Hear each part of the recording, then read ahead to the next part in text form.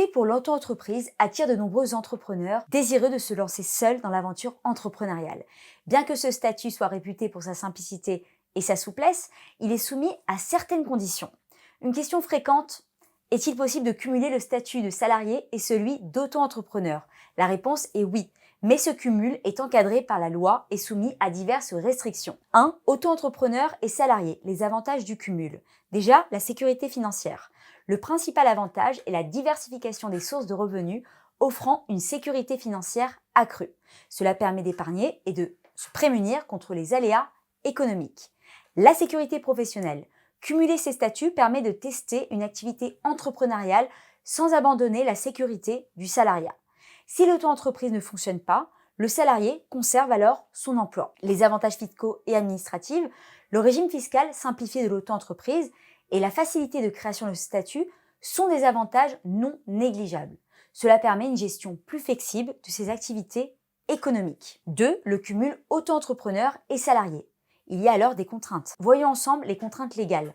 Certaines professions ne peuvent être cumulées avec le statut d'auto-entrepreneur. Il s'agit notamment des professions judiciaires, comme les notaires ou les avocats, des professions de santé, comme les médecins ou les infirmiers, des experts comptables, des commissaires aux comptes et des métiers de l'assurance et de l'agriculture.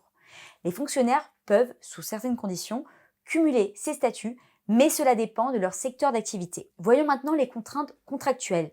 Les contrats de travail peuvent contenir des clauses limitant ou interdisant l'exercice d'une activité en auto-entreprise.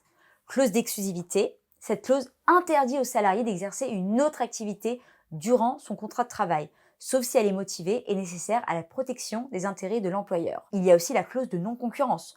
Cette clause prend effet après la fin du contrat de travail et interdit au salarié d'exercer une activité concurrente. Elle doit être justifiée, limitée dans le temps et l'espace et accompagnée d'une contrepartie financière.